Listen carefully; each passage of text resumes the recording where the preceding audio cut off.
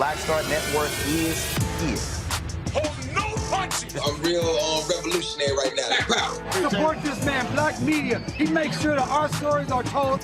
Thank you for being am the voice of Black America, Roland. Stay black. I love y'all. All momentum we have now, we have to keep this going. The video looks phenomenal. See, this difference between Black Star Network and Black-owned media and something like CNN. You can't be black-owned media and be scared. It's time to be smart. Bring your eyeballs home. You dig?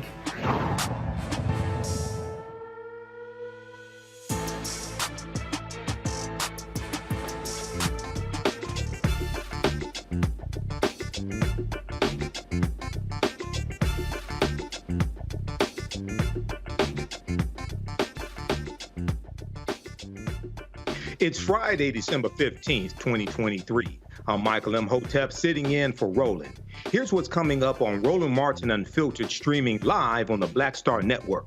A federal jury slaps a multi-million-dollar judgment against Rudy Giuliani for defaming two black Georgia election workers. The Georgia woman found guilty of murder in the death of a hit-and-run driver in May 2019 learned her fate in court today. We'll show you what happened at her sentencing hearing. The attorney for the unarmed 11-year-old Mississippi boy shot by a police officer will be here to discuss the grand jury clearing the officer of any wrongdoing, why the body cam video is not being released, and their $5 million lawsuit. The only Kentucky officer criminally charged in Breonna Taylor's death will be retried in federal court, and we'll discuss a report claiming the nation's largest credit union rejected more than half its black conventional mortgage applicants. Navy Federal Credit Union has some explaining to do. It's time to bring the funk on Roland Martin Unfiltered, streaming live on the Black Star Network. Let's go. He's got it. Whatever the miss, he's on it. Whatever it is, he's got the scoop, the fact, the find. And when it breaks, he's right on time, and it's rolling. Best believe he's knowing. Putting it down from sports to news to politics. With entertainment just for kicks, he's rolling. It's on go, y'all. It's Roland Martin, rolling with Roland now. He's funk, he's fresh, he's real, the best, you know he's Roland Martin now.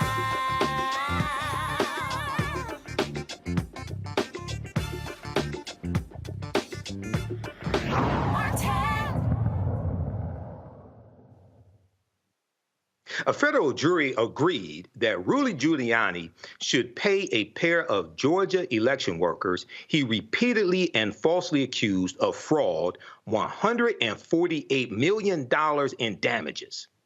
After a 4-day trial, the 8-person jury awarded Ruby Freeman and her daughter, Shay Moss, the multi-million-dollar judgment. The pair testified how Rudy Giuliani's lies supporting former President Donald Trump's bogus stolen election claims subjected them to racist and violent threats, turning their lives upside down. I want to go to one of my panelists today, Jesse Hamilton McCoy, clinical professor of law, supervising attorney, the Duke Law Civil Justice Clinic in Durham, North Carolina. Well, look, Attorney McCoy, I watched the verdict coverage on MSNBC today, and I was preparing for this show, and I was jumping for joy with this verdict of $148 million. This proves white supremacy does not pay. What is your legal analysis of this verdict? Well, first and foremost, I'd like to thank you for having me on. I, too, was happy and jumping for joy because the depths of which Rudy Giuliani put these sisters through was ridiculous. As we all know, there was an attempt by Giuliani to try to say that they somehow sabotaged the voting process in Georgia, and as a result, led to the orchestration of several different white supremacist and Trump-supporting groups and all sorts of things to basically threaten these women with death. I think, if I remember correctly, but lead to the point that they even had to relocate because of the threats and the FBI communicating to them that they were in serious danger. So we're dealing with people who have met every legal element of defamation. There's been a false statement that was published that destroyed their reputation in the community that they were in. We finally now are seeing them achieve at least the beginning stages of what should be recompense. And honestly, 148 million, that's not enough for all the stuff that Rudy Giuliani has put him. Well, we know Rudy Giuliani is facing dire financial issues. He has his apartment, $6 million plus dollar apartment up for sale. We know that he owes back legal fees as well. And looking at the reporting from the New York Times, Judge Beryl A. Howell of the Federal District Court in Washington, D.C., had already ruled that Rudy Giuliani had defamed the two workers, Ruby Freeman and Shay Moss, two African-American women. And they both testified at the January 6th hearing as well. We heard their riveting testimony that brought tears to my eyes as well as the son of a Black mother who taught me to vote, and our father taught us to vote as well. The jury had been asked to decide only the amount of the damages. The jury awarded Ms. Freeman and Mr. Moss a combined $75 million. Ms. Freeman and Ms. Moss a combined $75 million in punitive damages. It also ordered Rudy Giuliani to pay compensatory damages of $16.2 million to Ms. Freeman and $16.9 million to Ms. Moss, as well as $20 million to each of them for emotional suffering. So, attorney, can you explain to us and the viewers watching the difference between compensatory damages and punitive damages? Absolutely. So compensatory damages are designed to what we call make the complainant whole. These are damages that you typically have already experienced out of pocket, which we are contrasting to punitive damages, which are additional damages that a judge can allow if they believe that the tortfeasor's act was of a particular instance to be increasingly reckless and done for malicious intent. And so as a result, what the judge is saying by issuing this kind of symphony of damages is that not only do we want to make these women whole again to the best extent that a court can, but they also want to make sure that Rudy Giuliani feels it in his pocket to know what he did was wrong. And I'd just like to add to this, I mean, we have to remember, too, that during the course of this trial, the defamation didn't stop with the actions before the trial. He actually went out in the trial, in the press conference, and continued to defame these women. So I think it's one of those situations where the judge is trying to exact every piece of an award that she can to ensure that these women are brought back and receive some kind of justice. All right. Well, I want to bring to the discussion our second panelist today, a phenomenal woman in her own right, a fan favorite here on Roland Martin Unfiltered, Dr. Avis Jones DeWeaver, political analyst out of National Harbor, Maryland. So, Avis, it's good to see you again. What did you make of today's verdict? And did you see Rudy Giuliani after the verdict was read outside the court trying to make excuses? Oh, my God. First of all, it's great to see you in the host chair, my man. Wonderful to be here. Thank you. I have to say, I did see the clown show that he put on outside of the courthouse. And it is amazing to me how this man can be the coward that he is, not take the stand, not say anything in the courtroom to his own defense, but come out on the court steps and lie like a rug. Sit there and say, I wasn't able to present any evidence. I can't wait until this gets to another court because this was a huge injustice. The man is lying.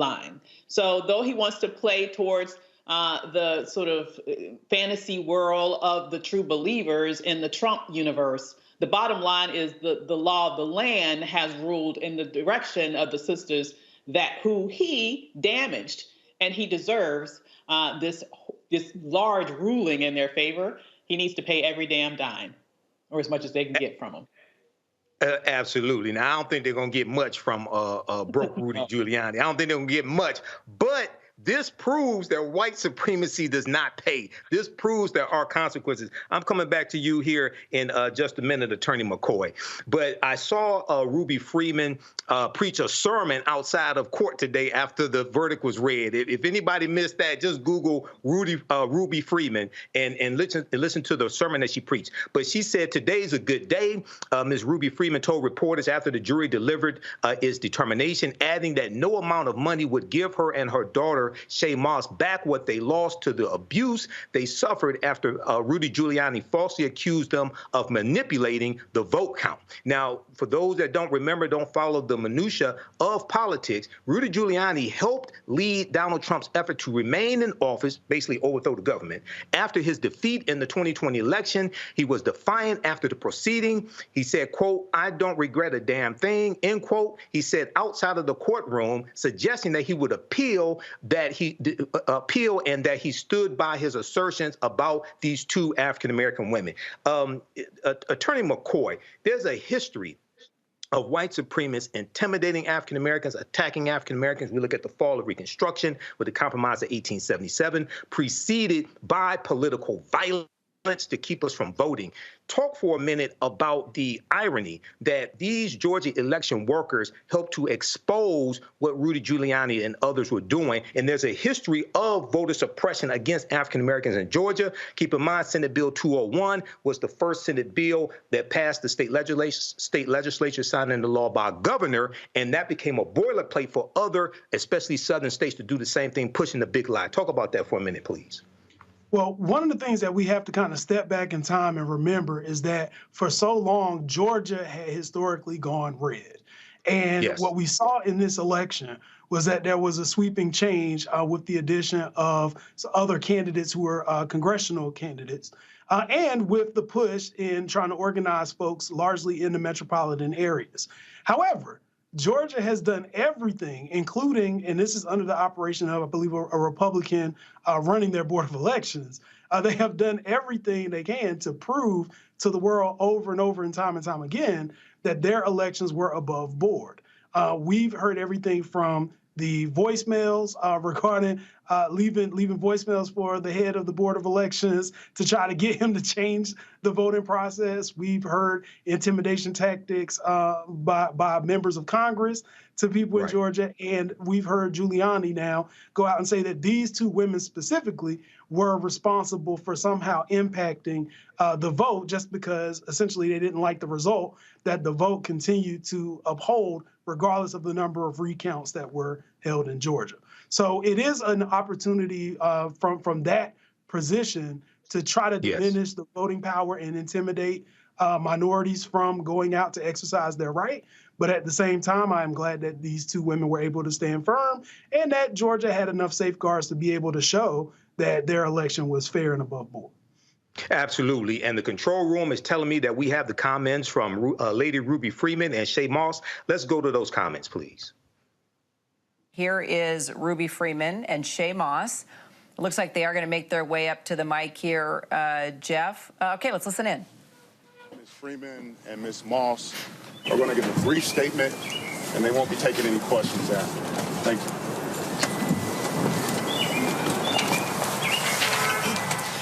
Good evening, everyone.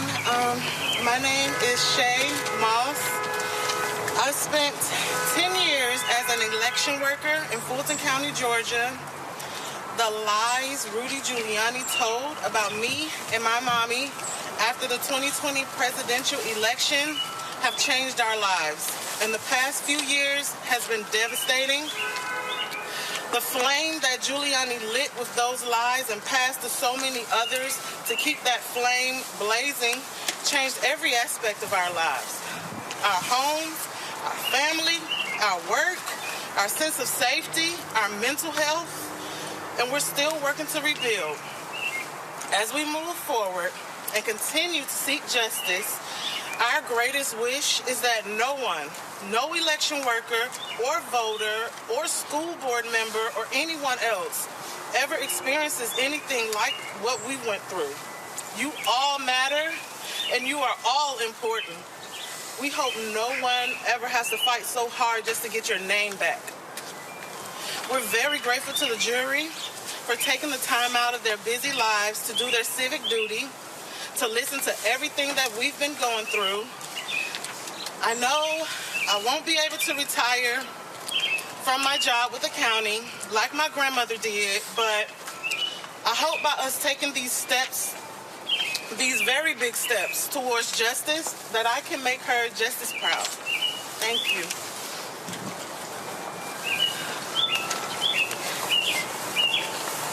Good evening, everyone. I am Lady Ruby. Today's a good day.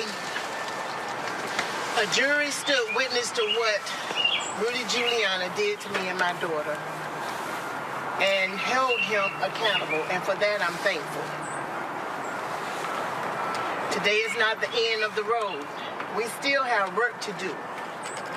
Rudy Giuliani was not the only one who spread lies about us, and others must be held accountable too. But that is tomorrow's work.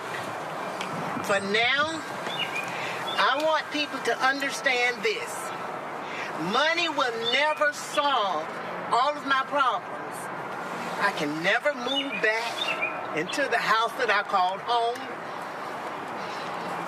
I will always have to be careful about where I go and who I choose to share my name with. I miss my home, I miss my neighbors, and I miss my name.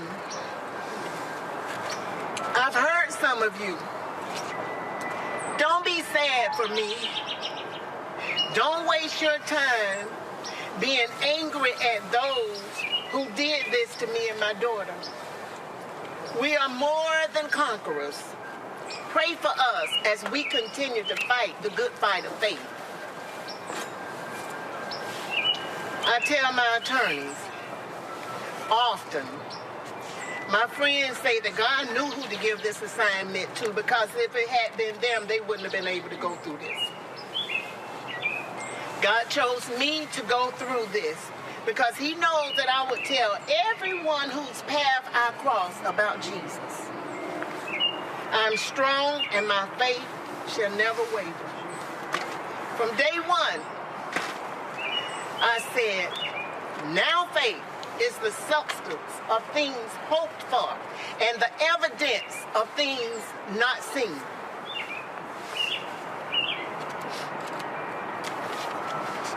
If you remember one thing I say today, remember this. Faith is what carried us through the most difficult years of my life. And faith will carry you through hardships that you face in life. Understand that the devil is a liar. He is defeated, and no weapon formed against you shall prosper. Trust that God will keep and protect you. Believe that right makes might, because it does. I thank God that I'm not intimidated by no one or their lies. Give thanks that injustice always surrender in the glorious kingdom of God, and that he will always lift up his countenance upon you and give you peace, peace that surpasses all understanding. Thank you. Hi, everyone. All right, so like I said, Lady Ruby Freeman preached a sermon. Whatever religion you believe, the devil is a liar, okay? And for all those that think your vote doesn't matter, why do white supremacists and many conservatives, Republicans work so hard to suppress our vote? We're going to wrap up this conversation. I want to get closing remarks very quickly here. First, Dr. Avis Jones-DeWeaver. Yeah, I just want to say I'm so glad that this case was brought. I'm so glad that they got such a robust ruling. You're right, Rudy is broke as a skunk at the moment, but the bottom line is that whatever he has, they should have it now. And the bottom line is that they deserve it. They were terrorized by these people, and they still live in fear. And so they deserve every last dime. Absolutely. And Attorney McCoy, you have the last word on this subject. Well, I just want people to understand that you don't have to just take it if people are going out here and trying to defame you. And I also want people to understand that the fight is not over. We're glad that we've achieved this result for these two sisters, but the fight is not over. And there's certainly a demographic of people out here who are still going to believe everything that Rudy Giuliani and people in that camp say. Absolutely, and they have to be defeated at the ballot box. This is Roland Martin Unfiltered on the Black Star Network. We'll be right back. Grow your business or career with Grow with Google's wide range of online courses, digital training, and tools. Gain in-demand job skills with flexible online training programs designed to put you on the fast track to jobs in high-growth fields. No experience is necessary. Learn at your own pace. Complete the online certificate program on your own terms. Stand out to employers, get on a path to in-demand jobs, and connect with top employers who are currently hiring. Take one professional career certificate program or all 6. Earn a Google Career Certificate to prepare for a job in a high-growth field like data analytics, project management, UX design, cybersecurity, and more. All professional career certificate programs must be completed by December 31st, 2024. Scan the QR code to complete the application. There are 1,000 scholarships available. Grow with Google and J. Hood and Associates. Be job ready and qualify for in-demand jobs. Hello, I'm Paula J. Parker. Truly proud on the Proud Family. I am Tommy Davidson. I play Oscar on Proud Family, Louder and Proud. Hi, I'm Jo Marie Payton, voice of Sugar Mama on Disney's Louder and Prouder, Disney Plus. And I'm with Roland Martin on Unfiltered.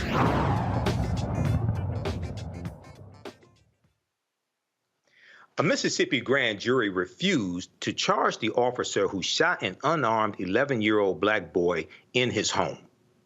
The Sunflower County grand jurors did not find any criminal conduct of Sergeant Greg Capers during the May 20th incident where 11-year-old Adarian Murray was shot in the chest when the officer responded to a domestic dispute between the child's mother and her ex-boyfriend. The family attorney, Carlos Moore, is here to explain why the body cam video isn't being released and the grand jury's decision not to indict the officer. Attorney Moore, thanks for joining us again on Roland Martin Unfiltered. I remember before when you were on covering this case, and I remember being on Roland's show discussing this. Can you give us some insight into why the jury decided not to indict the officer for, well, first, how was Adarian doing, 1? 2, give us some insight into why the jury decided not to indict the officer. Adarian is doing somewhat better. He continues to get counseling on a weekly basis, but physically he has recovered pretty much, and he is happy to be back in school with his classmates, and he is looking forward to enjoying the holidays with his family because he knows that he could have met his maker in May when this man, Greg Capers, shot him recklessly. Yes. So the family was disappointed. The mother was almost inconsolable yesterday when she found out that the grand jury had returned a no true bill. I had to explain to her that there are 2 different standards in the criminal arena versus the civil arena, which I'm handling. In the criminal arena, the prosecutor had to show that this man intentionally shot Adarian. I believe he was reckless, but I do not believe he intended to shoot the child. I believe he intended to shoot an adult. How he got confused, I would never know. He was supposed to be a trained law enforcement officer, but I believe the grand jury decided that they thought he made a mistake versus intentionally shot this boy. Now, in my recounting of this incident, so this was a domestic dispute from my understanding. And if I remember when we talked about this case before a few months ago, the people inside of the home, were they ordered to come out and march out of the home? And then when Adarian came out, that's when he was shot. Is that what happened? Yes, he was ordered to come out with his hands up, and that's exactly what he did. And the officer shot him. I mean, as soon as he turned that corner, the officer shot the young boy, and the boy's hands were up, just as he said. There was nothing in his hands that could have been confused as a gun, nothing whatsoever. His hands were up. So we do not know how this officer made this drastic mistake. We believe he shot first, and then he looked and realized who he shot. Okay, now, did the officer testify or enter any statements into why he shot Adarian? Grand jury proceedings are private, so I was not privy to what went on in the grand jury. So I don't know if they called the officer live, if they showed the video, or what they showed to the grand jurors. All we know is that whatever that was showed was not sufficient enough for them to decide that there was probable cause that he committed the crime of aggravated assault. Interestingly enough, had my client died, I do believe he would have been indicted for culpable negligence manslaughter. But since my client lived, there's a loophole, and there is really no other crime besides aggravated assault for which he could have been charged. And aggravated assault requires intent to shoot. Right. Okay. Grand jury hearing. Okay. So now also at issue is that the body cam footage has not been released publicly. And Darian's mother wants the body cam footage released publicly. So what is the delay in getting that body camera footage released? The city of Indianola has asked the federal court to seal the video from public display. They say that the video is too graphic. It identifies a minor, and they don't think it should be released. Ms. Murray, my client, has asked for it to be released. She's seen it, I've seen it, and we believe that the public deserves a right to see for itself what this officer did to this young boy and decide if it was justified or not.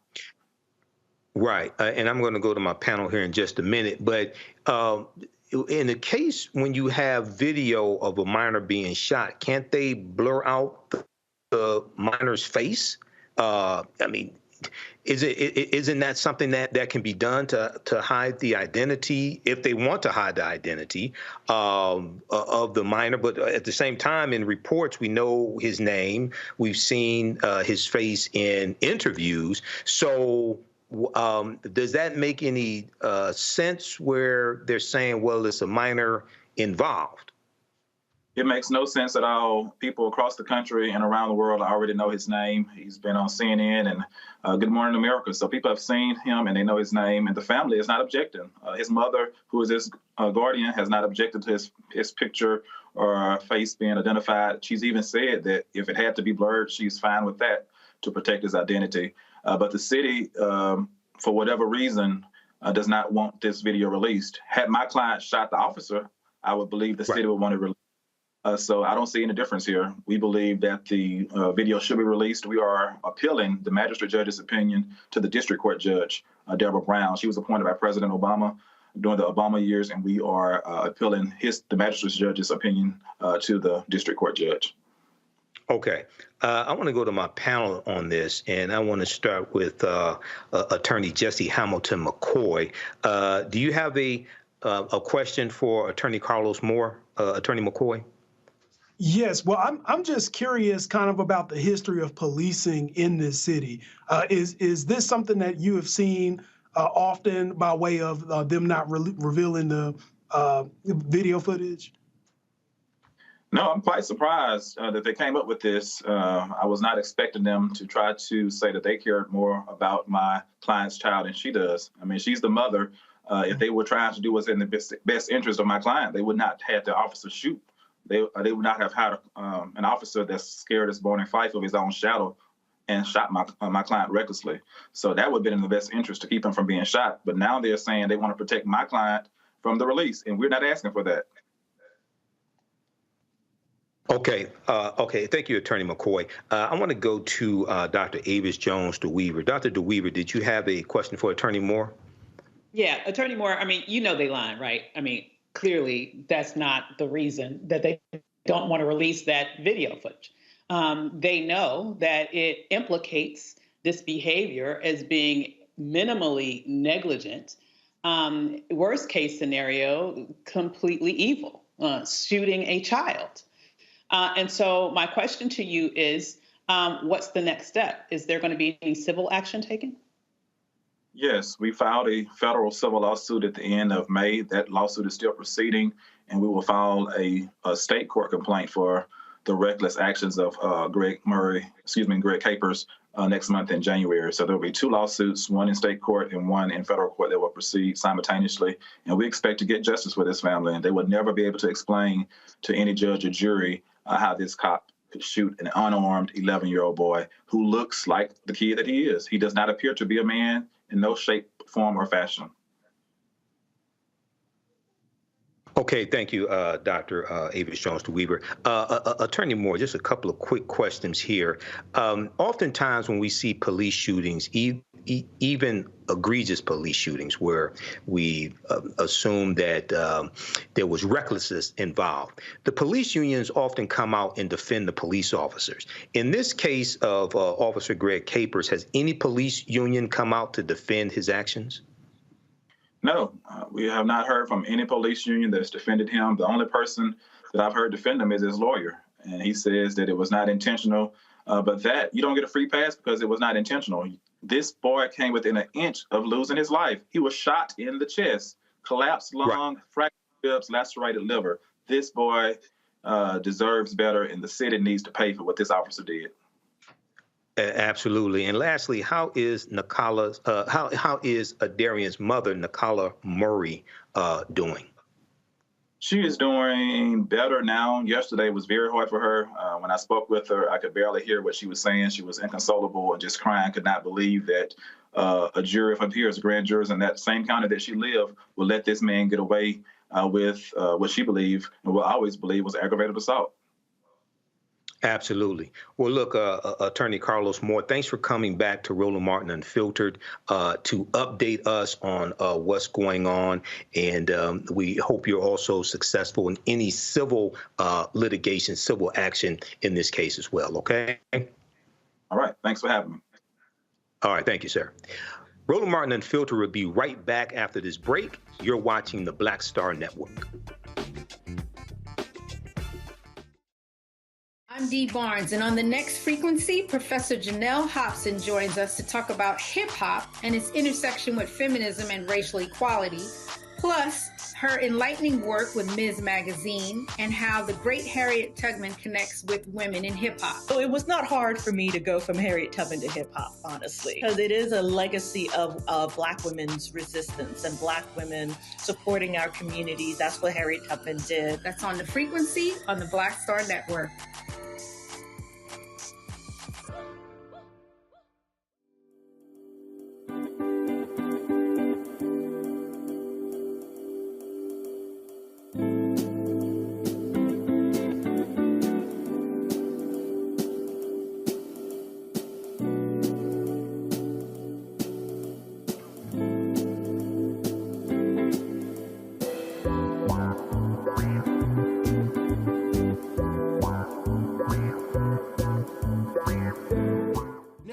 On the Black Table with me, Greg Carr.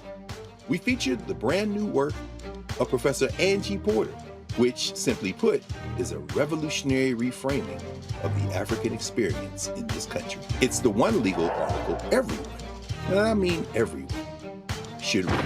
Professor Porter and Dr. Valencia Watkins, our legal roundtable team, join us to explore the paper that I guarantee is going to prompt a major aha moment in our culture. You crystallize it by saying, who are we to other people? Who are African people to others? Governance is our thing. Who are we to each other? The structures we create for ourselves, how we order the universe as African people. That's next on the Black Table, here on the Black Star Network.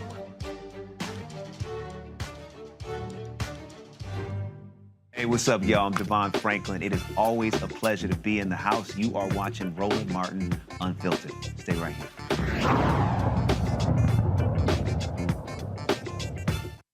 With respect to count 1, malice murder, the court will impose a sentence of life with a possibility of parole. With respect to count 2, felony murder, that will merge into count 1 and is dismissed as a matter of law. With respect to count 3, aggravated assault, that merges into counts 1 and 2. With respect to count 4, felony murder, that merges into count 1 and it is dismissed as a matter of law. With respect to count 5, the false imprisonment verdict, the court imposes a sentence of 8 years consecutive. With respect to count 6, possession of a firearm during the commission of a felony, the court imposes a sentence of 5 years that will run consecutive to the underlying sentence. Count 7 and 8 will merge into count 6. So the court's total sentence is life with the possibility of parole plus 8 years consecutive on the false imprisonment and 5 years consecutive on the possession of firearm during the commission of a felony. And that is the court's sentence. A Clayton County, Georgia judge delivers the life with the possibility of parole to Hannah Haynes, the woman who chased down and killed 67-year-old Kenneth Herring after a hit-and-run accident in 2019. Prosecutors say Herring hit another car and drove off. Payne followed Herring, confronted him, and shot him, ignoring the repeated orders from a 911 operator not to pursue him. Defense attorneys say she was told to get his license plate number, so she followed him. They argued that he shot himself during a struggle with the gun. The jury found Payne guilty of all counts of malice murder, felony murder, aggravated assault, false imprisonment, and possession of a firearm during the commission of a felony. I want to go to my panel on this, and I want to go to Attorney McCoy first, Attorney Jesse Hamilton McCoy. So give us a legal analysis of this conviction in this case, please. Sure. Well, malice murder was a term that was a little bit different from the categories of murder that I learned, but essentially it comes out to being the equivalent of a second-degree murder charge. And so she was found guilty of second-degree murder, in a sense, and given life with the possibility of parole. But the words that you never want to hear in criminal court are consecutive, and that's what we hear with the 8-year sentence and the 5-year sentence. Consecutive means that they're going to be stacked. So if she were to qualify for parole, there will then be 13 years that she would have to serve for those other two charges. I think it was false imprisonment and the possession of the firearm charge. And so this was, for her, a very bad day, but for the family of Ms. Herring, probably a very good day, because they have been seeking justice. If you've been paying attention to the case, a lot of people have commented about how the case didn't really make sense. It sounds like everybody gave her ample warning to not approach this person, to not try to have a confrontation. And despite all of the warnings, she decided to take the law into her own hands. And this is the result that happens when people do that. Absolutely. You know, Avis, when the 911 operator said, just get the license plate number, and apparently, as evidence proved in this case, Hannah Haynes followed Kenneth Herring and then apparently shot him. This kind of reminds me of George Zimmerman. When I was thinking the same thing. When the 911 operator told Zimmerman, we don't need you to do that, and Zimmerman said he was following Trayvon Martin. Give us your thoughts on this. Absolutely. I was thinking the same thing. This is several years later, but it's a very, very similar scenario to what happened to Trayvon Martin. And at the root of both of those is this belief in this country that white people, or people who at least identify as white in the George Zimmerman case, believe that they have dominion over Black bodies. They believe that they don't have to hold themselves back in any way. They believe that they can order people around and tell them to stop and get in there, literally in their personal space, and wreak violence on them, and nothing will happen. Unfortunately, a lot of times that's true. Nothing will happen to them. But thankfully, this time,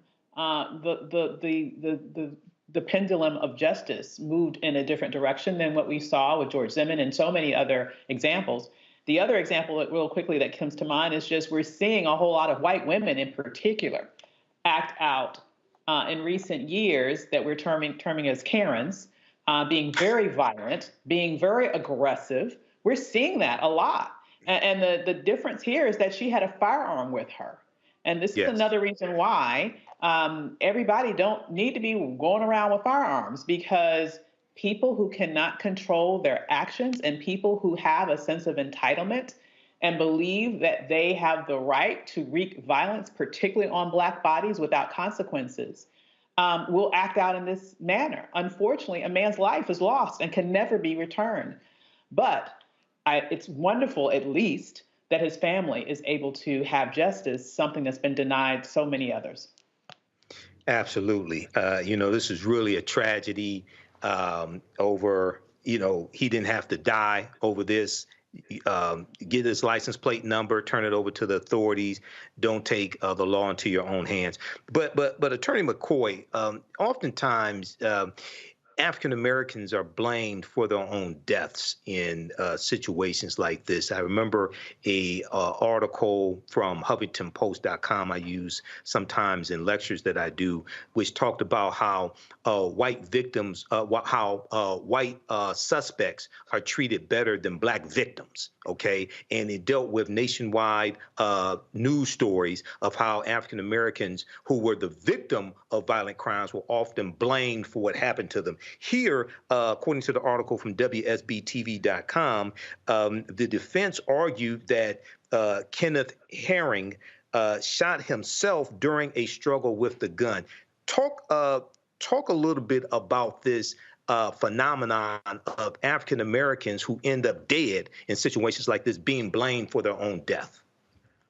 So this is very interesting only because, there was video footage that was also introduced to show that she was the one who made the approach to the vehicle with her firearm. And yes, the defense's argument was that there was a struggle over the firearm and that somehow Mr. Herring ended up shooting himself. There was also some forensics that were a forensic expert that testified as to the double latch that would require two hands in order to release, and kind of died down some of the argument that the defense was trying to make.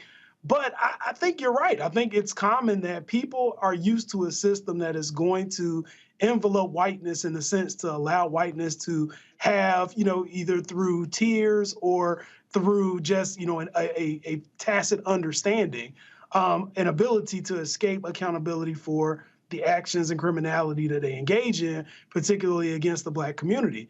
And I'm just happy that in this case it didn't work out. I also think it's very ironic that the person who was giving her the time was also an African-American judge, which I think also extends some of the importance of people being involved in the system. Absolutely, because judges are either voted into office or they're appointed by governors or they're appointed by presidents, like federal judges, and then confirmed by the U.S. Senate. Very quickly before we go to break, Attorney McCoy, you mentioned the term double latch. Can you talk to us, explain briefly to us, maybe 30 seconds to a minute, what that is, double latch? So my understanding is that there was a double safety system on the firearm itself, and that in order to release the two safety systems so that the firearm could dislodge, you would need two hands to do it. Okay. All right. Thank you for that clarification. Roland Martin Unfiltered will be right back here on the Black Star Network. Hatred on the streets, a horrific scene, a white nationalist rally that descended into deadly violence. White people are losing their damn minds. An angry pro-Trump mob storms the U.S. Capitol. We're about to see the rise of what I call white minority resistance. We have seen white folks in this country who simply cannot tolerate Black folks voting. I think what we're seeing is the inevitable result of violent denial. This is part of American history. Every time that people of color have made progress, whether real or symbolic, there has been what Carol Anderson at Emory University calls white rage as a backlash. This is the rise of the Proud Boys and the Boogaloo Boys. America, there's going to be more of this. Here's all the Proud Boys, guys. This country is getting increasingly racist in its behaviors and its attitudes because of the fear of white people. The fear that they're taking our jobs, they're taking our resources, they're taking our women. This is white fear.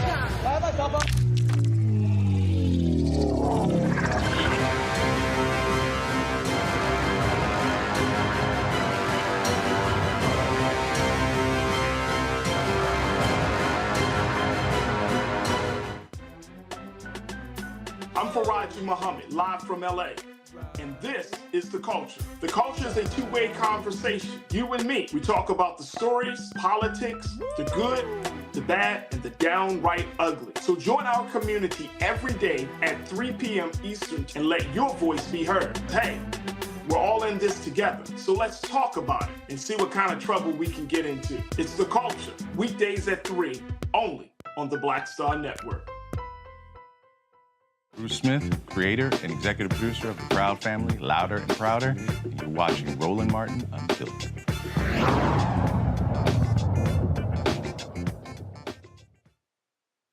Federal prosecutors in Kentucky say they intend to retry former Louisville officer Brett Hankinson for his role in the 2020 death of Breonna Taylor. A judge declared a mistrial in November after the jury deliberated for several days, but could not reach a unanimous decision. Former officer Brett Hankinson fired 10 shots the night of the deadly raid, but did not strike anyone. His shots went into Breonna Taylor's apartment and into a neighboring unit where a child was sleeping. This new trial will be the third attempt to prosecute Hankinson for his actions on March 13th, 2020, during the botched raid that left Breonna Taylor dead. He was acquitted last year on state charges of wanton endangerment for shooting into Breonna Taylor's window and a glass patio door. U.S. District Judge Rebecca Grady Jennings set a tentative trial date for October 2024.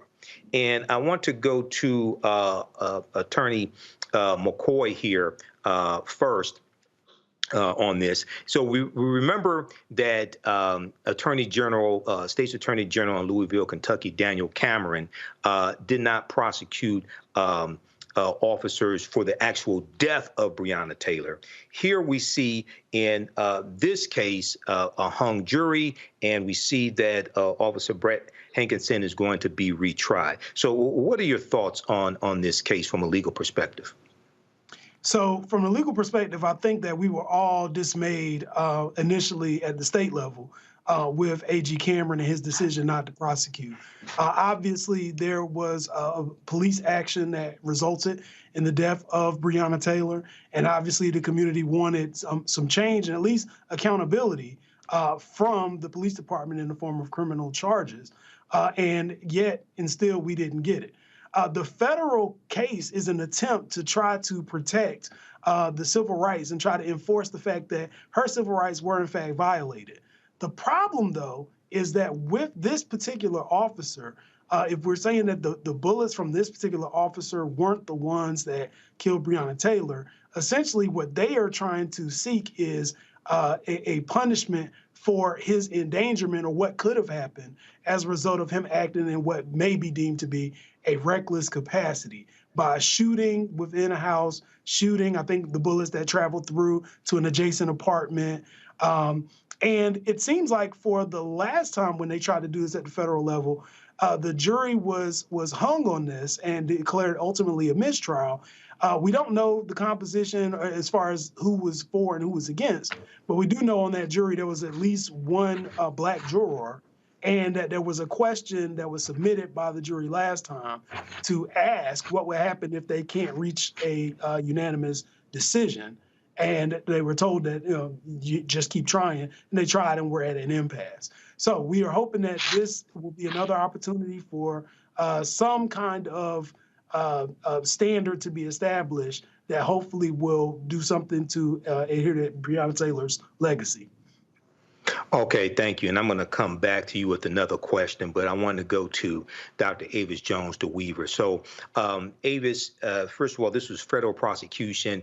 We know that the Attorney General, that the Merrick Garland Department of Justice has reinstituted the investigations into the patterns and practices of police departments and has been going after prosecuting police officers as well as prison guards, et cetera. It's totally different than the Donald Trump Department of Justice. What are your thoughts on this decision to retry Officer Hankinson? Well, I'm glad that that is going to happen because it didn't have to. And so I'm really glad that this Justice Department is saying that we are going to keep trying to get justice for Breonna and her family. The fact of the matter is we cannot lose sight of the fact that this was a completely innocent woman.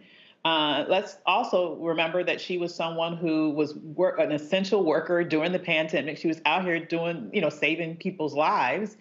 And here she is trying to sleep in her own home when she is gunned down in a barrage of bullets based on incompetence at minimum, okay? Completely no reason why she should not be alive today. And so the fact that this could happen, that the police could act so brazenly around not only her, but as you mentioned, her neighbor and her boyfriend. I mean, it was just a tremendously violent act to make for that to happen and for no one to pay any price for that legally is a tremendous injustice. So I'm so happy that at least there's going to be another attempt to make sure that justice does indeed prevail in this case. Absolutely. Now, Attorney McCoy, so the narcotics investigation and this attempt to serve a search warrant that ended up taking the life of Breonna Taylor is described as a botched narcotics investigation. And although 7 officers were on the scene to serve the search warrant, only 3 fired their guns. The charges against Officer Hankinson were violating Breonna Taylor's civil rights, as well as those of her boyfriend, Kenneth Walker, and 3 neighbors. The federal government contended that Officer Hankinson willfully used unconstitutional excessive force, while his defense attorneys argued his actions were justified based on his perception that he was saving his fellow officers' lives. When it comes to the federal government, they based upon limitations, they can file charges based upon violating someone's civil rights. Can you talk about, for a minute, the standard that has to be proved, the elements that have to be proved when it comes to violation of civil rights? Because from my understanding, you have to prove willful intent, that someone willfully intended to deprive someone of their civil rights, as opposed to just proving that they did violate someone's civil rights. Can you talk about that for a minute, please? So what I will say is I am primarily a housing attorney, so this is a little outside of my scope. Oh, okay. But ordinarily, when we're dealing with any kind of civil rights case, we're dealing with state action that we believe has created a violation of someone's civil rights. And what we're saying in this case ultimately is the fact that this officer, because we know that he was part of this investigation, part of this attempt to enter and breach into Breonna Taylor's household, and that he also was one of the officers who did, in fact, fire his sidearm into the house. These would constitute violations of her right to be in her house safely, her civil rights. And so I think that ultimately there's going to have to be an assessment of whether or not this particular officer, I'm not sure what the defense's argument has been up to this point, but there's got to be an assessment as to whether or not what he did was reasonable police activity in trying to execute this warrant. And I think that's going to be a very difficult standard to prove. Okay, absolutely. But at the same time, Avis, if 16.9 million African Americans did not vote for Joe Biden and Kamala Harris, you would not have these prosecutions. You would not have the Department of Justice going after arresting over 1,000 alleged domestic terrorists who tried to overthrow the government, getting plea deals or convictions, and 600 plus of them, also going after prison guards, et cetera, as we've talked about here on Roland Martin Unfiltered. And then 150 federal judges confirmed also under Joe Biden as well. Talk about, for a quick minute, how we should proceed when we go into 2024 presidential election and people are comparing one political party to another and what has been accomplished these first 2 or almost 3 years of the Biden-Harris administration. Right. I think people need to remember that you're not just voting for the individual at the top of the ticket. You're not just voting for the president and vice president that team. You're voting for everything that happens as a result of the change of an administration. What type of people will they appoint to different positions? What's going to be their policy priorities? What are going to be those policies that they no longer care about or that they want to completely eliminate altogether? You want to think about the broader agenda and compare that when you're making these voting decisions. And so, as you mentioned, the difference between a Joe Biden Department of Justice and a Donald Trump Department of Justice is night and day. People might forget, one of the very first things that Donald Trump did when he came into office was to eliminate, completely defund a program that was in place under the Obama administration that was specifically meant to root out and, in essence, destroy white supremacist organizations. Yes. Like, that was one of his first acts as president of the United States. So I wish people would stop romanticizing that period as if it was something that, oh my goodness, that we just like him because he's strong, okay? Think about what that means. And also think about what happened during his presidency. Now, after he did that, and also I think riled up with the messages in his campaign, we have seen a record increase in the number of white supremacist organizations in this nation. He's making the racists feel very, very comfortable, okay, and aggressive. Isn't any wonder why we're having Karens go out here and shoot people, right? So I'm just saying that the implications of your vote is much bigger than any slogan. It's much bigger than any cute hat, okay? It is about all of the various things that will happen, not to mention Supreme Court justices that will be there for the rest of their freaking lives. And if you think they're going to stop by rolling back abortion rights, I have to tell you, I have a bridge I'd like to sell you, because they're not stopping there. They're going to keep going. Absolutely. And they were able to repeal Roe versus Wade or do away with Roe versus Wade because of the 3 Supreme Court justices that Donald Trump got confirmed through the U.S. Senate that Mitch McConnell controlled. And those justices came from lists coming from the Heritage Foundation and the Fairless Society. I'm coming to you, Attorney McCoy, to wrap up this segment. But for everybody who's confused, I encourage you, you hear me talk about this document at whitehouse.gov many times. I'm on here. Fact sheet: the Biden-Harris administration advances equity and opportunity for Black Americans and communities across the country. It's a 36-page document that breaks down how these policies are benefiting the African-American community.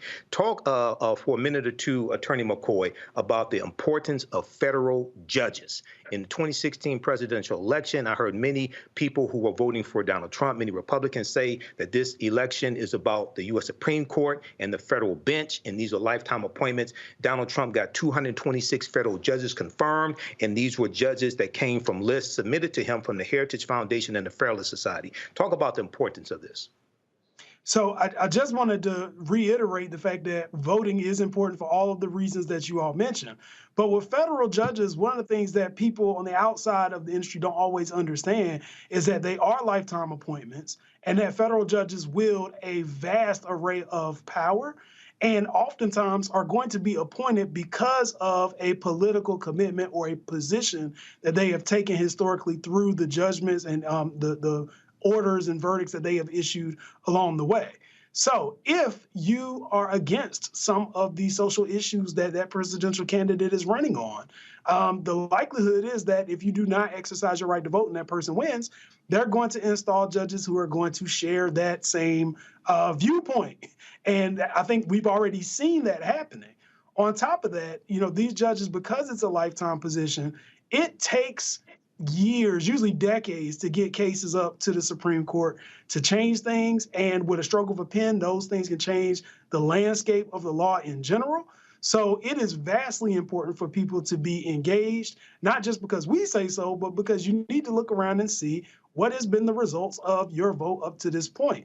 And I won't even stop at just the federal level. I think that in many ways, state and local politics are even more important, because you need to know who are going to be the people that are going to be leading your society or your community or your state when it comes to many of the powers which the federal government has not reserved for the federal government. So all these things are vastly important, and I think they go kind of unaccounted for just because people don't traditionally see federal judges' names on the ballot. Absolutely. While I'm a bill on Capitol Hill, we need Schoolhouse Rock 2023 Civics 101. You're watching Roland Martin Unfiltered on the Black Star Network. We'll be right back. I'm Deborah Owens, America's Wealth Coach. And on the next Get Wealthy, what do the ultra wealthy know that most of us don't? Well, the truth is that there is financial exclusion. And unfortunately, far too many Black folks haven't had access to this knowledge. And that's exactly what we're going to talk about on our next Get Wealthy with Melinda Hightower, a banker who's doing something to share exactly what you need to do to make it into the high net worth status. They weren't just saving just to save, they were saving for a purpose. That's right here on Get Wealthy with me, America's Wealth Coach, only on Black Star Network. On the next, A Balanced Life with me, Dr. Jackie. How big a role does fear play in your life? Your relationship to it and how to deal with it can be the difference between living a healthy life, a balanced life, or a miserable one. Whenever the power of fear comes along, you need to put yourself in that holding pattern and breathe, examine, find out if there's something that your survival instinct requires you to either fight or take flight. Facing your fears and making them work for you instead of against you. That's all next on A Balanced Life on Black Star Network.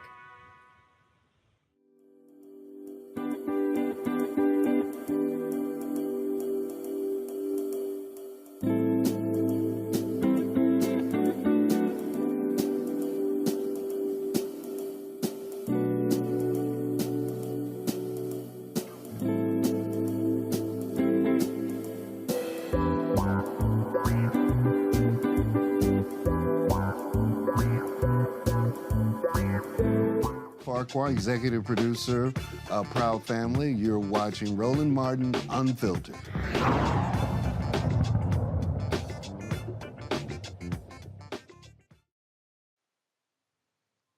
According to a CNN report, the nation's largest credit union has the most significant loan approval gap between Black and white applicants among the top 50 lenders nationwide.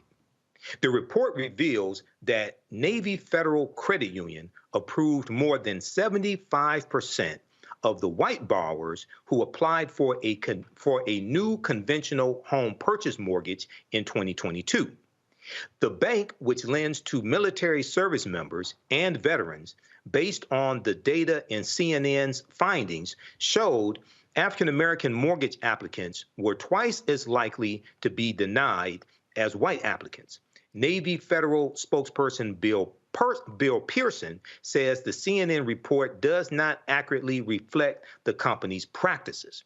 Now, I want to go to you first with this story, Attorney Jesse Hamilton McCoy, because I know you deal with housing. And this is a story I submitted to Carol, the producer of the show, that I wanted to talk about today. Oftentimes, I remember back April 4th, 2018, there was, if I remember correctly, it was a Gallup poll that came out. Now, this was the 60th anniversary of the assassination of Dr. King. And the poll stated that 40% of white Americans believe that African Americans could be equally as successful as white people if we just tried harder. And going into the 2024 presidential election, you have people who think racism doesn't exist or that white people are the biggest victims of racism. Talk about what a study like this means and how it impacts African-American generational wealth. So we have to understand that housing and home ownership is the main catapult into entering middle-class society and to any kind of income elevation. So by restricting access for people to be able to go and secure housing, you are setting back not just the person who's seeking the housing, but generations that can achieve wealth as as the homes purchased increase in value over time. But the main thing I got from learning about this story is, like, are we surprised? This isn't something new that just happened today. This is something that's been happening historically. And the fact that that's the reason why we have federal law that is trying to make parity amongst this, but it's not a shock. I think that one of the things that the Navy Credit Union maybe looks at a little bit differently is that because it's a credit union, I think we gave them a false sense of security. We felt like, okay, it's a credit union. It's not one of the traditional big banks that we would expect to engage in this kind of behavior. And maybe because of that, it'll be more equitable. However, what we are seeing in these numbers doesn't necessarily reflect that same degree of equity. And it looks like this is a continuation of processes that have happened before. The fact that their gap between white applicants and black applicants is so large, especially compared to the bigger banks, does raise cause for concern. And I know that Navy Federal can have spokespeople who will say it's not an accurate reflection of what their practices are and doesn't take into account other factors such as credit score. But it looks like on the CNN app, the CNN article, that they did factor in the credit scores, and they did still have this huge disparity in the number of people who are approved. I think the other thing that was telling about the article was when people find out that they aren't approved. So it wasn't that people found out initially as soon as they applied. It was usually right before they were getting ready to close on the house, which is probably the worst time to find out that your mortgage didn't go through. And what that does, particularly in a market that is increasing in value, means that if you have to go back out here and find another bank, and all of them seem to find another bank within 2 weeks, well, the value of that home may have gone up because there may have been additional offers that increased in value on that home. Right. So now you may be taking out a larger loan. So it's all kind of part and parcel to barriers to home ownership and thus barriers to creating that generational wealth. All right, thank you. Avis, the article goes on to say the disparity remains even among white and black applicants who had similar incomes and debt-to-income ratios.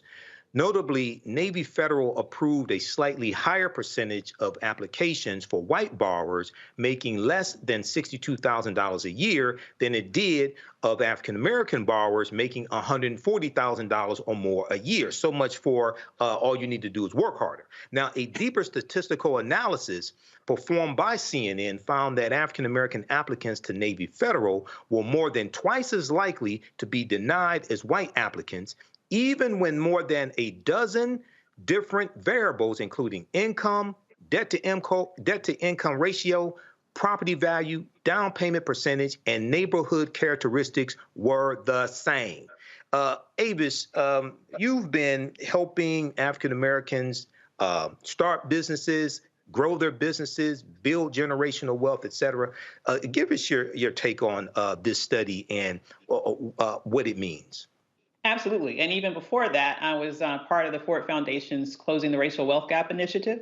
And so this work around access to housing is a huge one, as was mentioned, because access to home ownership is a big variable when we talk about the wealth gap that exists. Right now, whites typically have about 10 times the wealth as a typical Black family. And a big chunk of that has to do with the wealth that people can amass through home ownership and be able to pass down that level of wealth from one generation to the next.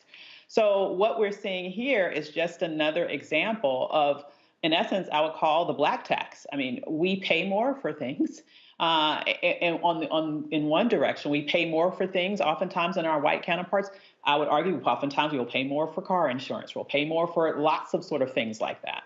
Yes. But in addition to that, we're less likely to gain access to wealth acquisition vehicles like home ownership.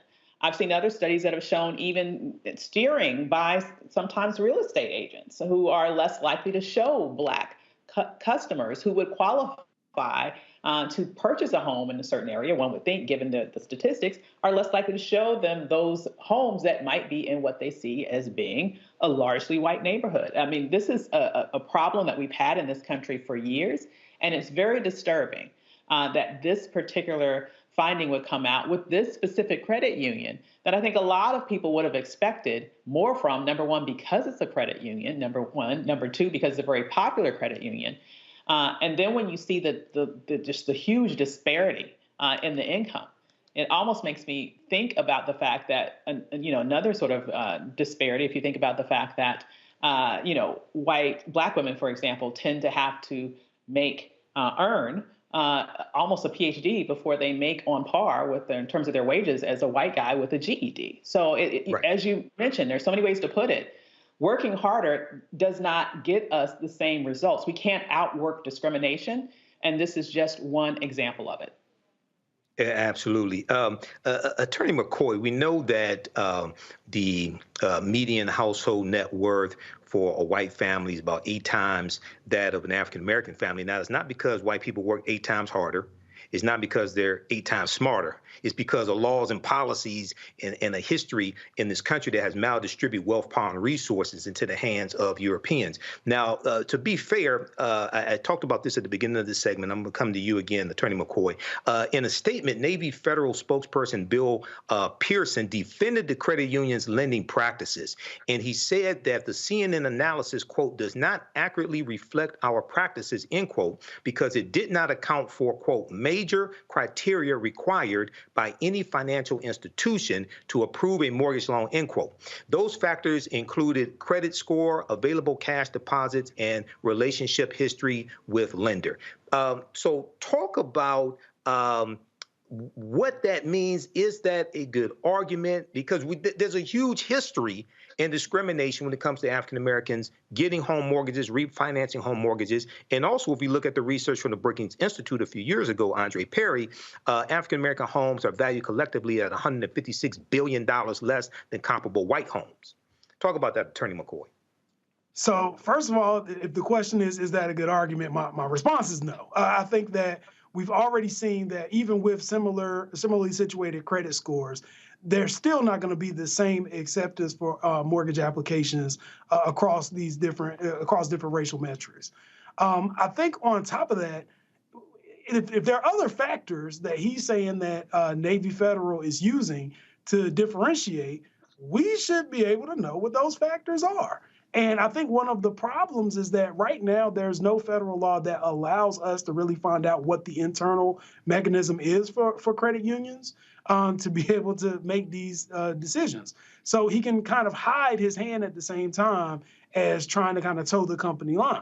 What I will say, though, is nothing that he's doing is uncommon, or nothing that Navy Federal Credit Union is accused of doing is uncommon. All of the banks have disparities, just not in this great of a proportion for 2023. And so these are things that, as we've mentioned before, if we are unable to access home ownership and develop from the appreciated value of that home ownership wealth that we can pass down to other generations, or use to start our own businesses, or use to send kids to college, or whatever the case may be, then it's furthermore a thumb on the scale of trying to achieve income equality. Absolutely. And very quick before we wrap up this segment, Attorney McCoy, if you can just take a quick minute and talk about what can the Department of Justice, for instance, do when we have proven, not just a study, but an investigation and then proven evidence of discrimination? What type of legal action can be taken? If you can talk about that for maybe about a minute, about 60 seconds. Well, certainly that would be a violation of several federal policies. So one would be the Fair Housing Act. One would be truth in lending. If you're finding that there are deceptive ways that they're trying to connect people with lending practices, or if they're trying to deny you for some standard that is not necessarily incorporated into any of the mortgage application evaluation processes. But the problem for that is these are federal statutes for which you have to sue, which means you probably have to get an attorney, which means that's going to cost more money to bring the action forward and to get the justice that you're seeking from a court system, which a lot of people just don't have the resource to do, particularly if they're seeking a mortgage to buy a home. Okay, thank you. You're watching Roland Martin Unfiltered on the Black Star Network. We'll be right back. Grow your business or career with Grow with Google's wide range of online courses, digital training, and tools. Gain in-demand job skills with flexible online training programs designed to put you on the fast track to jobs in high-growth fields. No experience is necessary. Learn at your own pace. Complete the online certificate program on your own terms. Stand out to employers, get on a path to in-demand jobs, and connect with top employers who are currently hiring. Take one professional career certificate program or all 6. Earn a Google Career Certificate to prepare for a job in a high-growth field like data analytics, project management, UX design, cybersecurity, and more. All professional career certificate programs must be completed by December 31st, 2024. Scan the QR code to complete the application. There are 1,000 scholarships available. Grow with Google and J. Hood and Associates. Be job ready and qualify for in-demand jobs. When you talk about blackness and what happens in black culture, we're about covering these things that matter to us, speaking to our issues and concerns. This is a genuine people-powered movement. There's a lot of stuff that we're not getting. You get it, and you spread the word. We wish to plead our own cause. Too long have others spoken for us. We cannot tell our own story if we can't pay for it. This is about covering us. Invest in black-owned media. Your dollars matter. We don't have to keep asking them to cover our stuff. So please support us in what we do, folks. We want to hit 2,000 people, $50 this month, raise $100,000. We're behind 100,000, so we want to hit that. Y'all money makes this possible. Check some money orders. Go to P.O. Box 57196, Washington, D.C. 20037-0196. The Cash App is $RM Unfiltered. PayPal is R Martin Unfiltered. Venmo is RM Unfiltered. Zelle is Roland at RolandSMartin.com. Me, Sherry Shepard, and you know what you're watching, Roland Martin Unfiltered.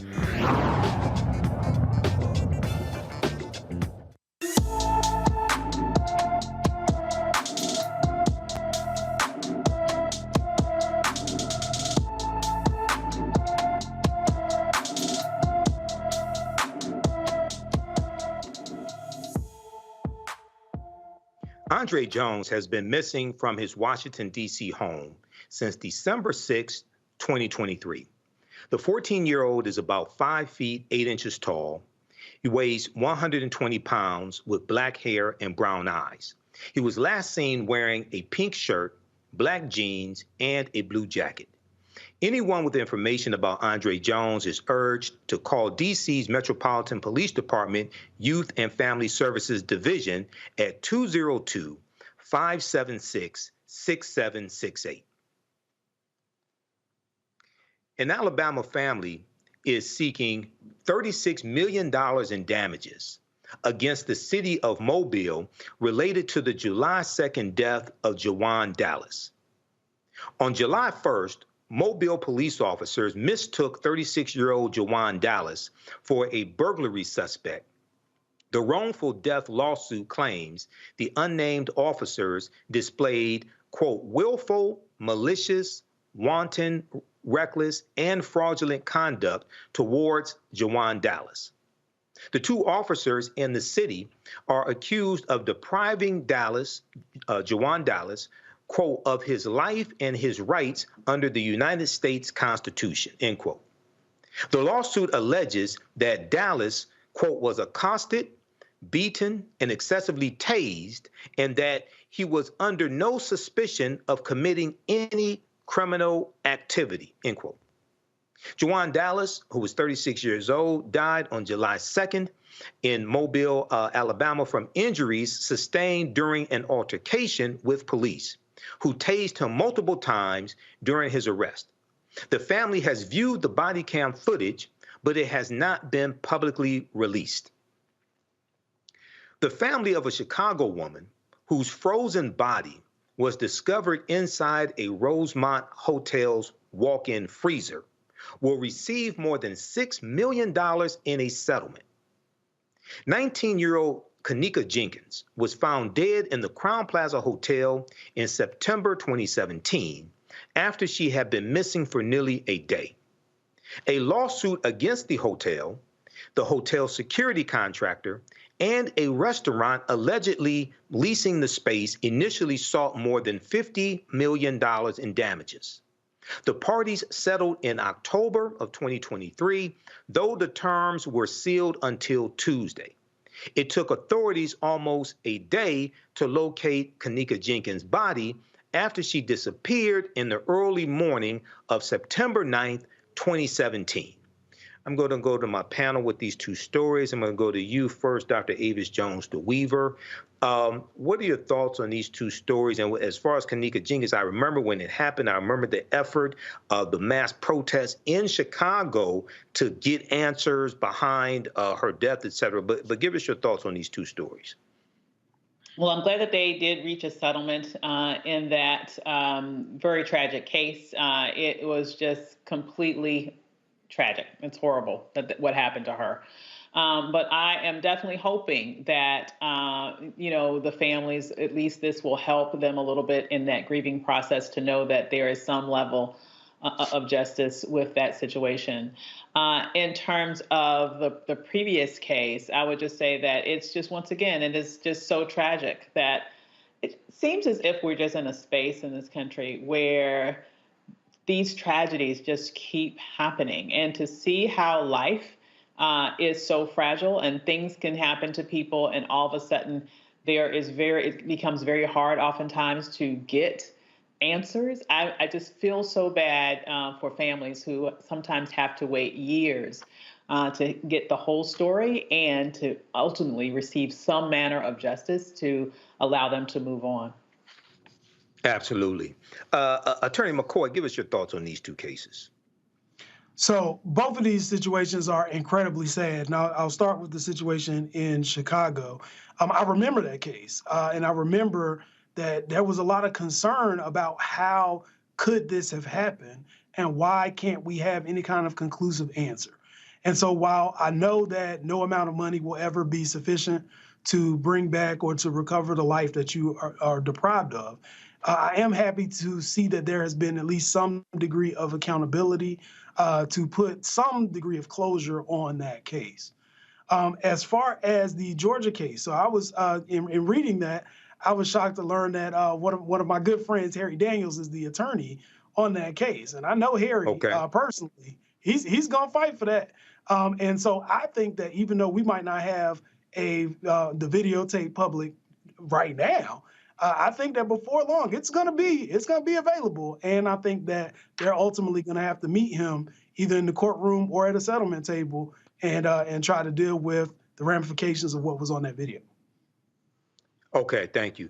Avis, oftentimes when African American women are the victims of violence or end up dead,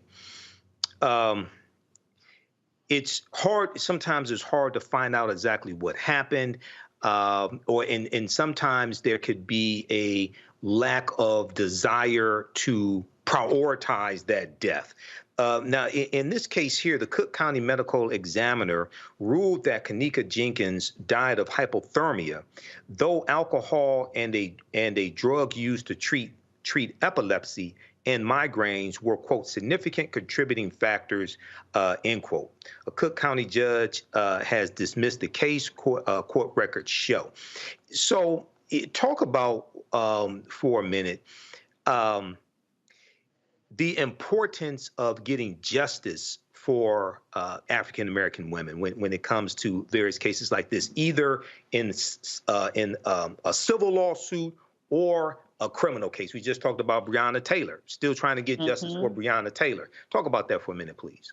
Yeah, I mean, these are just reflections of the degree to which Black life in general is not valued in this country, and Black women's lives specifically is not held in high value in this country. And it happens when you have tragedies like this, where Black women end up dead, and there doesn't seem to be the same level of vigor oftentimes related with the investigations around it. It also happens when Black women are missing, and the search for them is not prioritized. It is just a sad reality that in this life, in this specific country, Black life and Black women's lives do not raise to the top of priorities of our law enforcement forces. It does not raise to top priority of those who are doing investigations in the aftermath of tragedies like this. It does not raise to top to a top level of wanting to handle with care in terms of just interactions with human beings as a result of, similarly to what happened with Breonna Taylor.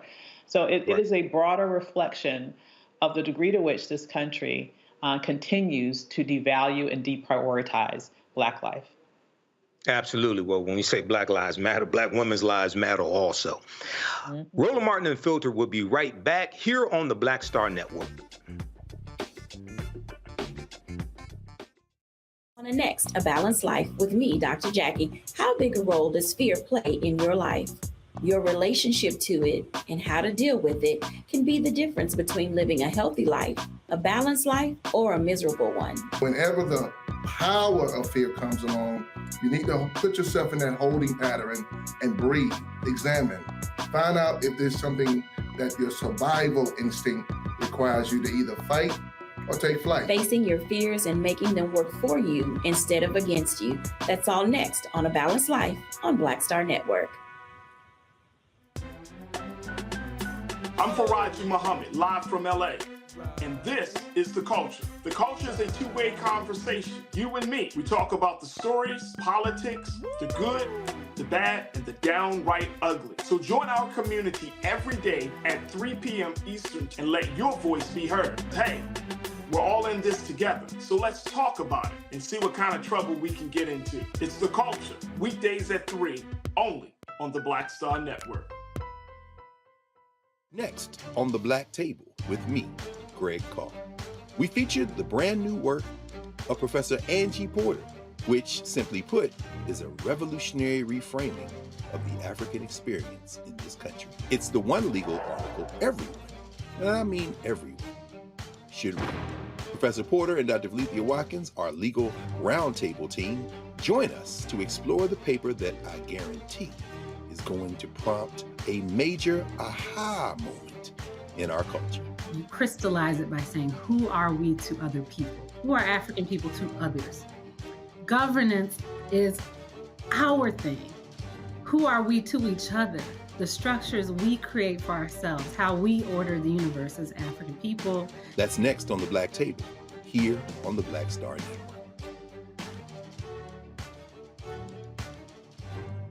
I'm Dee Barnes, and on the next frequency, Professor Janelle Hobson joins us to talk about hip-hop and its intersection with feminism and racial equality, plus her enlightening work with Ms. Magazine and how the great Harriet Tubman connects with women in hip-hop. So it was not hard for me to go from Harriet Tubman to hip-hop, honestly, because it is a legacy of Black women's resistance and Black women supporting our communities. That's what Harriet Tubman did. That's on the frequency on the Black Star Network.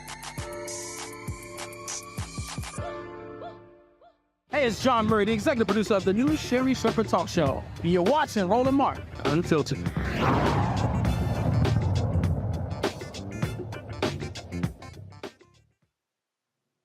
A Virginia judge says Governor Glenn Youngkin's office does not have to release the criteria for restoring voting rights to returning citizens.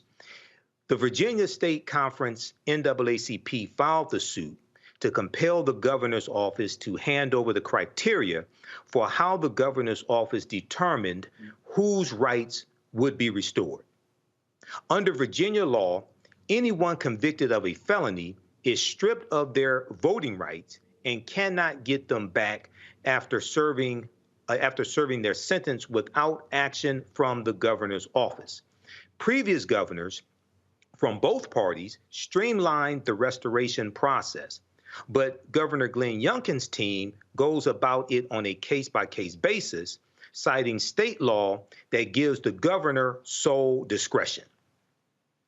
The University of Wisconsin System Board of Regents has voted to accept a deal with GOP lawmakers to cut back diversity initiatives in exchange for state funding. University system officials said that the agreement allows for more than $800 million for several initiatives, including pay raises and projects. In return, the university will freeze the number of diversity, equity, and inclusion positions, also known as DEI. The system will also, quote, realign, end quote, dozens of diversity, equity, and inclusion jobs through restructuring, quote, restructuring and reimagining of the DEI function, end quote, according to the Board of Regents meeting book, according to the Board of Regents meeting book. The vote in Wisconsin comes as DEI university programs are being cut nationwide. Wisconsin Governor Tony Evers, a Democrat, expressed disappointment over the board's decision. In a written statement, Governor Tony Evers said, quote, "The vote today represents a vast overreach by a group of Republicans who've grown exceedingly comfortable overextending, manipulating, and abusing their power to control, subvert, and obstruct basic functions of government," end quote. He went on to say, quote, "I am disappointed and frustrated with this result, this proposal, and the process that led up to this point. It is also my expectation that every individual who promised in this process that the important work of building diversity, equity, and inclusion and making sure our campuses are welcoming and work for everyone would not be diminished by this action. By this action, we'll be working in earnest to make good on that commitment. And I'm going to make damn sure that they do," end quote. That's Governor Tony Evers of Wisconsin. I'm going to go to my panel on these two stories. I'm going to start with you first, Attorney McCoy. Give us your take on these two stories, especially dealing with what's known as felony disenfranchisement, when you lose your right to vote because of a felony conviction here in Georgia. Talk about that, please. So one of the things about the Virginia case that was interesting is that this was actually something that was thrown out on a procedural issue. The understanding here is that the governor created a certain list of criteria for which he's going to evaluate anyone who's applying to be able to be reinstated for voting. The problem is that criteria isn't transparent and everybody doesn't know. So the NAACP was trying to kind of find out what is that criteria. And, you know, I hate to take it back to voting, but essentially this does go back to voting. The governor has certain exclusive powers that just fall within that executive branch. And so what the court is saying is essentially the governor made the program. It's within his powers and within his branch. There's nothing that the judiciary can really do to compel him to reveal what this criteria is. And I know, you know, we can say that it's not fair, it's not right, but I think these are things that you have to hold leadership accountable for when you see them on the ballot.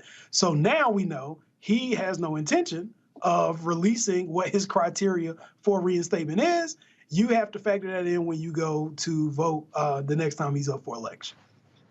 Absolutely. Well, elections have consequences, and it looks like Governor Glenn Youngkin Avis is saying it's my prerogative, not to quote Bobby Brown, but it sounds like this is what he's saying. You know, I remember in the, I think it was 2022, I think it was Governor Glenn Youngkin was elected. Former Governor Terry McAuliffe ran and lost. He's a Democrat. And even though Terry McAuliffe did not reach out to the African-American community, as it was talked about here on Roland Martin Unfiltered, we still also have to stop threats. We still also have to stop threats that are clear and present dangers, okay? So talk about either one of these stories that you want to discuss, or both, Avis. Sure. Well, about Youngkin super quickly, and it was also interesting that you might recall in his campaign, he made attacks against critical race theory. You know, yes. What they define as critical race theory, the center of his campaign. That was one of the issues that I believe hurt Terry McAuliffe when he was asked about that, and how Youngkin was really sort of creating his, you know, right-wing bona fides by jumping on the bandwagon of that at the time. Yeah, it was dealing with parents' rights involved in education. Yes. Absolutely. Attacking our history and all of that. And so it is sad that given that, you know, people should have known that, you know, what his priorities are. And should have had a clue as to what some of the things that would happen once he's in there. So I'm not surprised that we're seeing that.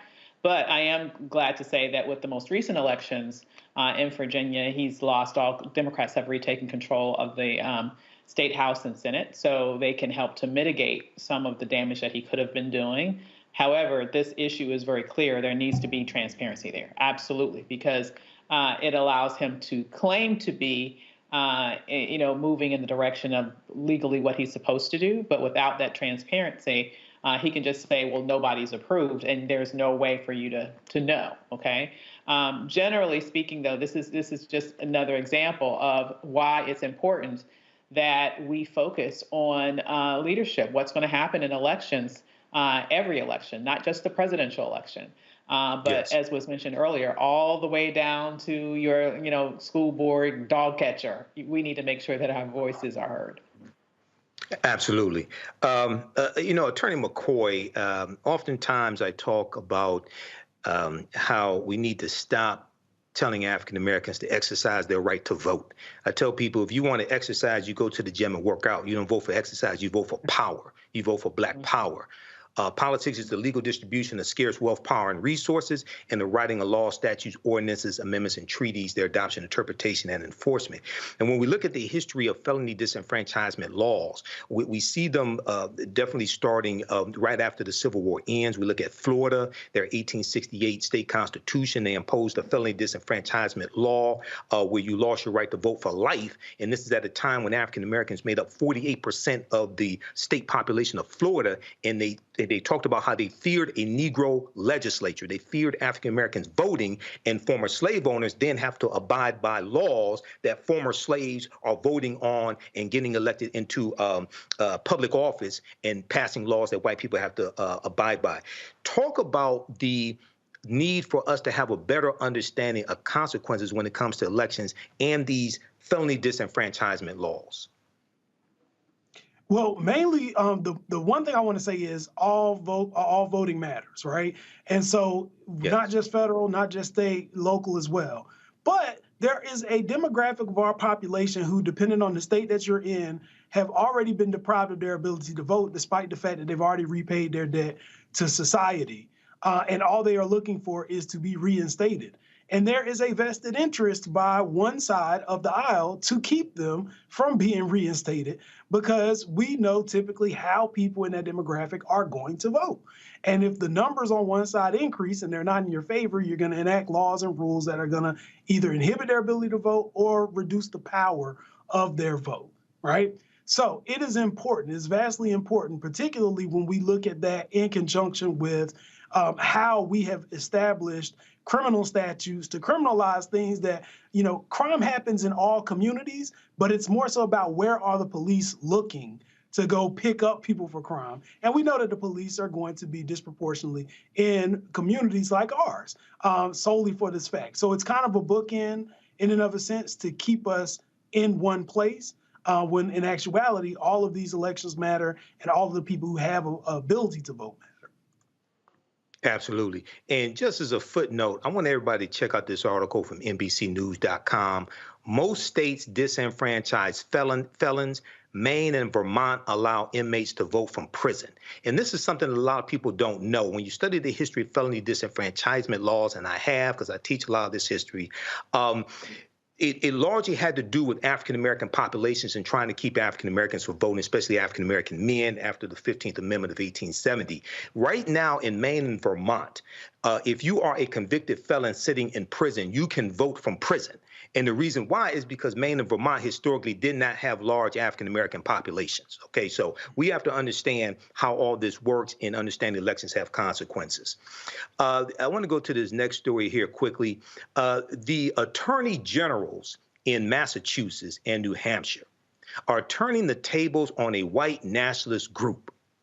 John Fromela of New Hampshire and Massachusetts, of Andrea Joy Campbell, filed a civil rights violations lawsuit against NSC 131 and two of its leaders, Christopher Hood and Liam McNeil, accusing the group of engaging, quote, in violent, threatening, and intimidating conduct that violated state civil rights laws and unlawfully interfered with public safety, end quote. According to the complaints, the group repeatedly targeted drag story hours, attempting to shut down the events and attacking members of the public. The group also targeted migrant shelters in Massachusetts from October 2022 and October 2023, prosecutors allege. A New Jersey man whose racist rant went viral back in 2021 will spend 8 years in prison for harassing and using racial slurs against his neighbors. According to court documents released by the Burlington County Prosecutor's Office, Edward C. Matthews pleaded guilty to 4 counts of bias, intimidation, and possessing a controlled dangerous substance with intent to distribute. In 2021, a resident filed a harassment complaint against him for shooting, throwing rocks, and smearing feces on cars in his neighborhood. Sounds like a good, upstanding citizen. When officers arrived, they found Matthews using racial slurs while engaging in a verbal altercation with 4 residents. Matthews, who has been in custody since his arrest, will get credit for the time he's already served and will be eligible for parole in about 16 months. You're watching Roland Martin Unfiltered on the Black Star Network. We'll be right back.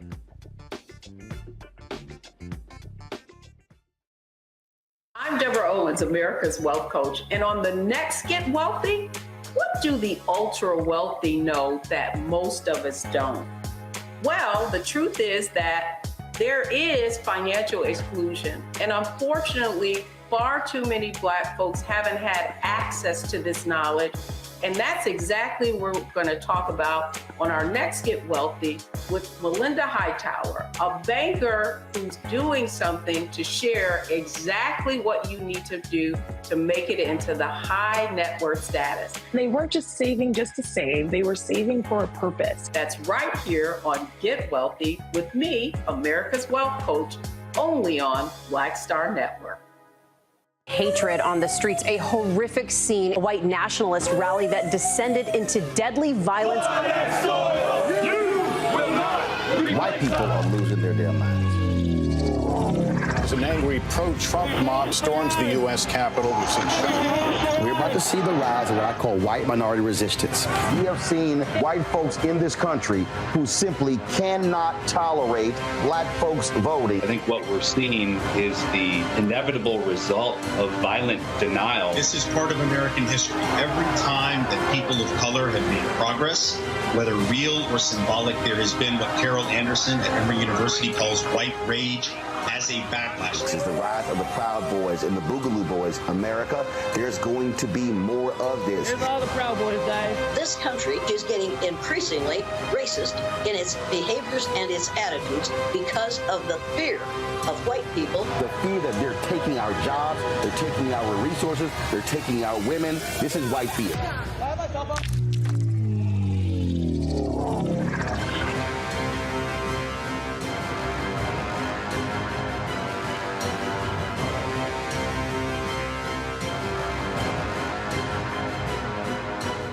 Sherry Shepard with Sammy Roman. I'm Dr. Robin B., pharmacist and fitness coach, and you're watching Roland Martin Unfiltered.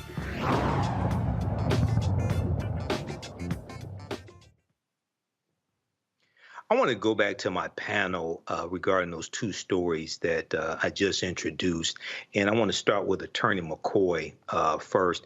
Give us your thoughts, especially dealing with the story out of Massachusetts. The Attorney Generals of Massachusetts and New Hampshire are turning the tables on white supremacists, and this deals with a civil rights violation. Talk about that for a minute, please, Attorney McCoy. So one of the things that I wanted to note on that story is that the Attorney General there is Andrea Campbell. This is a Black woman who is the Attorney General. And I know we keep hammering this, but this is why it's important for you to vote, because the Attorney General is usually somebody who is either voted or who is appointed. And so in her being here, she's recognizing uniquely that there's a violation of Massachusetts state civil rights law that this group seems to be engaged in. There also seems to be some disruption in, I guess, the drag performances, which is something that I think has been commonplace throughout the nation. There's an orchestrated attempt to try to stop, particularly members of the LGBTQ community, from engaging in this kind of work. And what has been happening is, for so long in so many states, nobody was really doing anything except lip service and saying, okay, well, we would appreciate if you not come. She's taking it a step further and saying, no, these are actually violations of rights that we have on the books in Massachusetts, and we plan to enforce them. So I think all this stuff comes back to the fact that the people who are in these positions of power matter. Absolutely. Avis, I know oftentimes we have economic empowerment gurus who say things like, well, we don't need to vote. We don't need to get involved in politics. We just need to do economic empowerment like the Asians.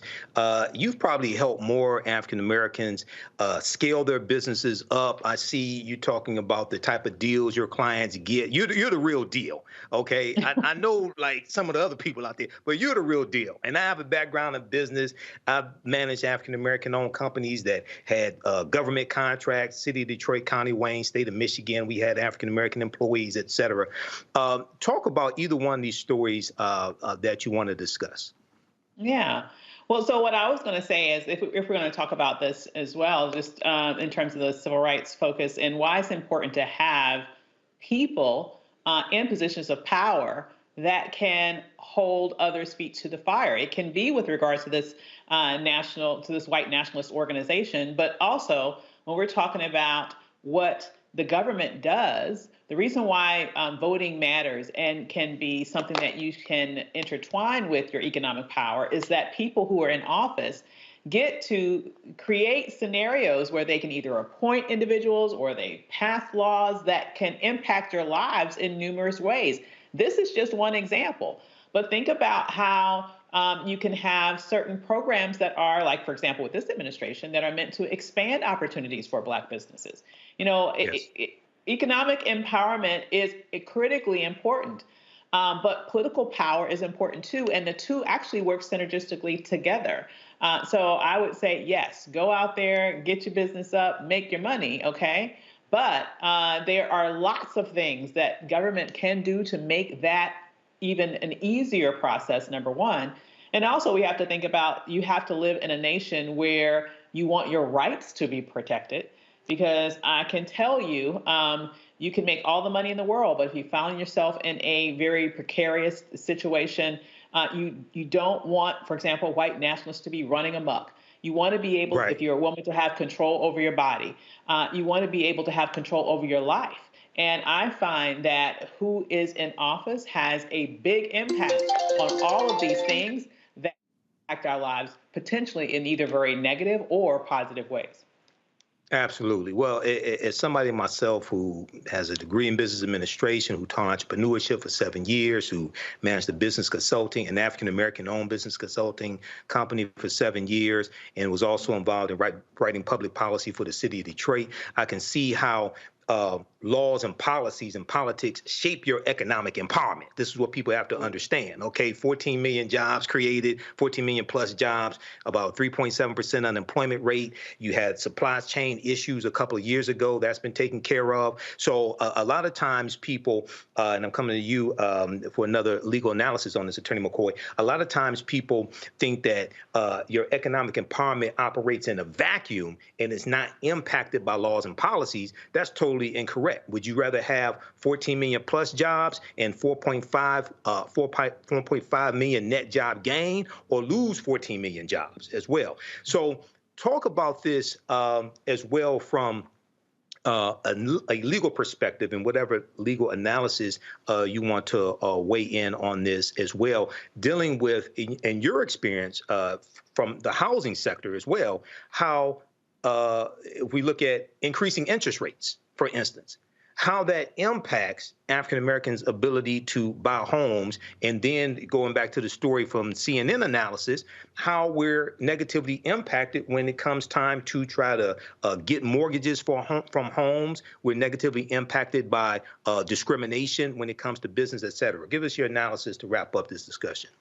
So there's so much to discuss there. So I think, first of all, interest rates oftentimes are going to be a huge hindrance for people who are trying to borrow in order to buy a home. So if you're independently wealthy, interest rate may not necessarily mean as much. But most people do not have independent wealth to be able to buy a home.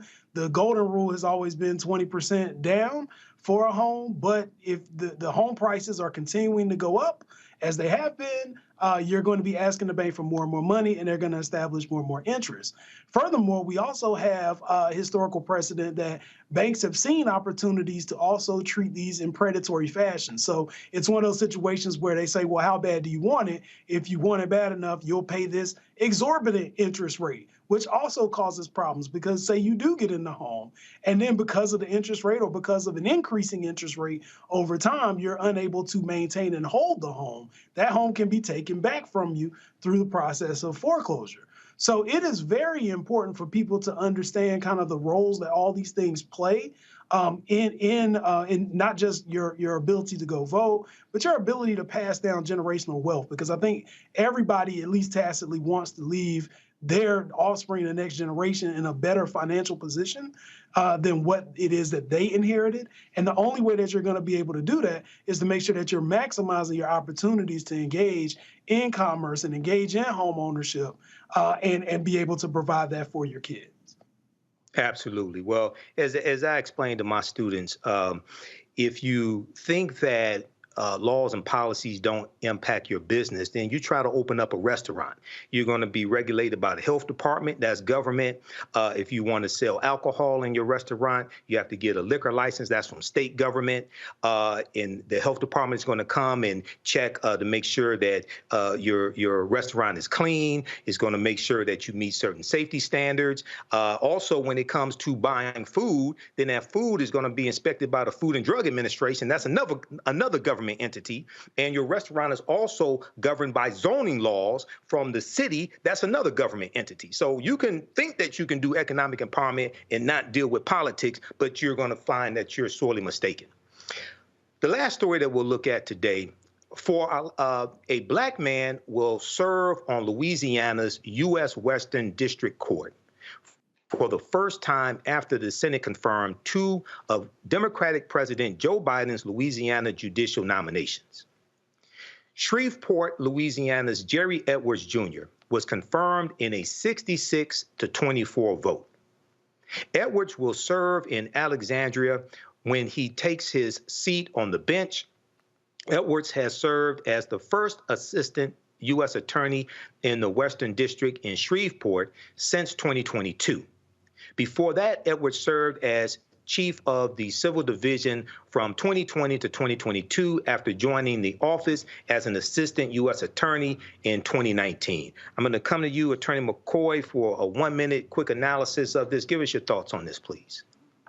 So it's always good to see somebody reach judiciary with support, with overwhelming support. That doesn't happen often, particularly for a black person becoming a federal judge.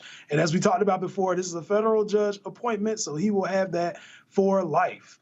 So this is a great day for the state of Louisiana and for the federal government. Absolutely. And Avis, give us 30 seconds on this. Anything you want to say on this story? Well, I would just say black judges matter. I mean, it is very important that we have representation here because as we see, our rights are under attack. And so it's very important that we have people in position that will likely look out for our rights rather than attempt to take them away from us. Absolutely. Well, that's going to do it for us today. I'm Michael Imhotep, sitting in for the one and only Roland Martin. Thanks, Roland, for letting me guest host. Thanks, Carol, for helping me out as well, and the entire Black Star Network team there in the control room. Everybody have a great weekend. Blue Phi Go Mob to my brothers of Phi Beta Sigma Fraternity Incorporated. Have a good weekend. We'll talk to you next time.